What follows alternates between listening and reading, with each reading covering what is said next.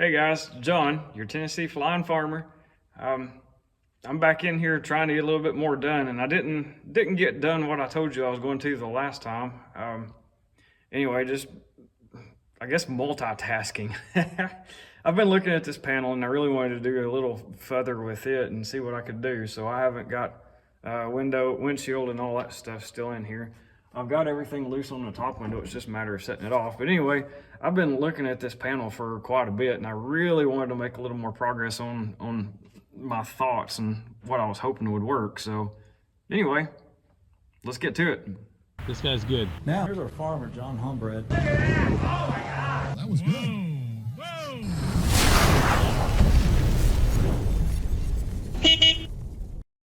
All right, so we've already kind of talked about visibility, and visibility should be, I mean, it should be just amazing in this thing. I've got this center pod style instrument panel going. There's really, I'm hoping there's not going to be anything there except for that very center part.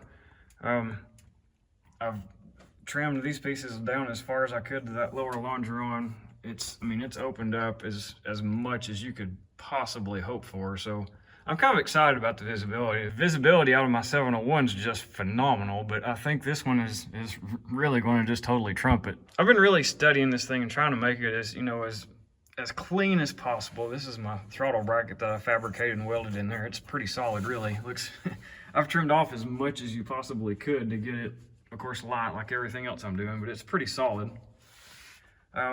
Anyway, I bought a couple of the eyeball vents. You've probably seen them in some of the other airplanes, RVs, and some of the high-end stuff, and it's usually in faster airplanes, but I'm going to try to get a little bit of airflow into this thing to make them work. And I'm looking at the center pod in this airplane, and I'm going to try my best to make them work there. And it's proven to be a challenge because I want everything to pass through the firewall within this little center pod, so that eliminates all the space I had over there to be able to run things. And it is getting just kind of stupid tight at this point. But anyway, I'm gonna get this center tunnel out and mark some stuff and show you sort of what I got in mind.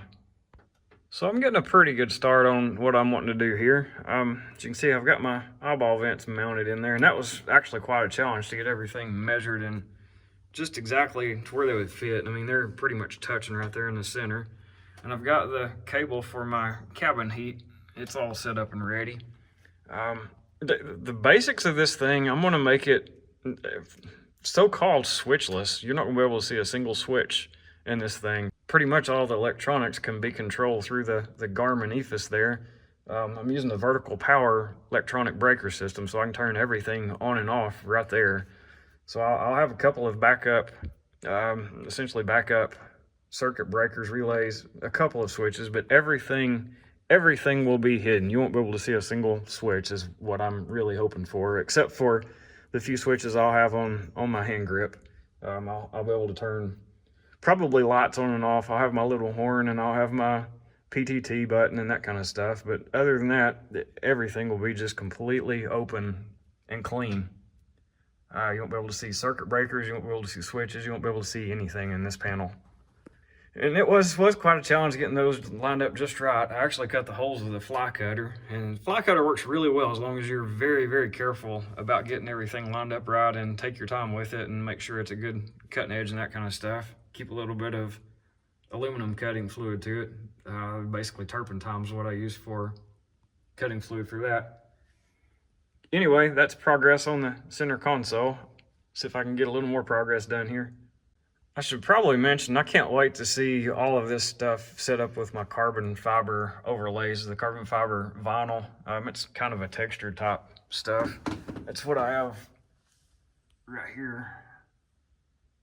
I'm really liking the looks of it. It's pretty cool. And I've actually got some in the back too, so I'm trying to. Of course, my favorite colors are black and red, so you're going to see a lot of black and red on this airplane. Anyway, really like this carbon fiber. It has a little bit of a textured feel to it, even made by 3M. Anyway, I'm going to be using that same stuff all the way up the center tunnel. It'll be covering here. It'll be covering all that stuff around those vents and the cabin heat switch or cabin heat cable. It'll be all around the cover for my instrument panel. It'll be on the back piece that's kind of just a finishing piece. So I'm anxious to see what it looks like when it's actually fully wrapped, because I think it's really going to make this thing come alive as far as a finished professional look. Right now, it's pretty cool, but it's hard to grasp. It's hard to grasp the vision I've got in my mind for what it'll look like just by showing you these bare aluminum pieces. But anyway, we'll get there eventually. I did that because it's been sitting there basically staring at me for weeks at this point. I just really wanted to make some progress on that and see how it would actually come together. It gives me some ideas of what I can do. One of the big challenges I'm going to run into is getting the ducting for cool air into these two vents. And I want to keep it basically completely hidden too. So anyway, it's going to be a challenge to get it through the firewall and everything in there the way I want. Hopefully here in the next couple of days I can get all of this sort of back together with the short engine mount and get this engine mocked back up so you guys can see what I'm talking about. It's hard to grasp how tight things are really getting.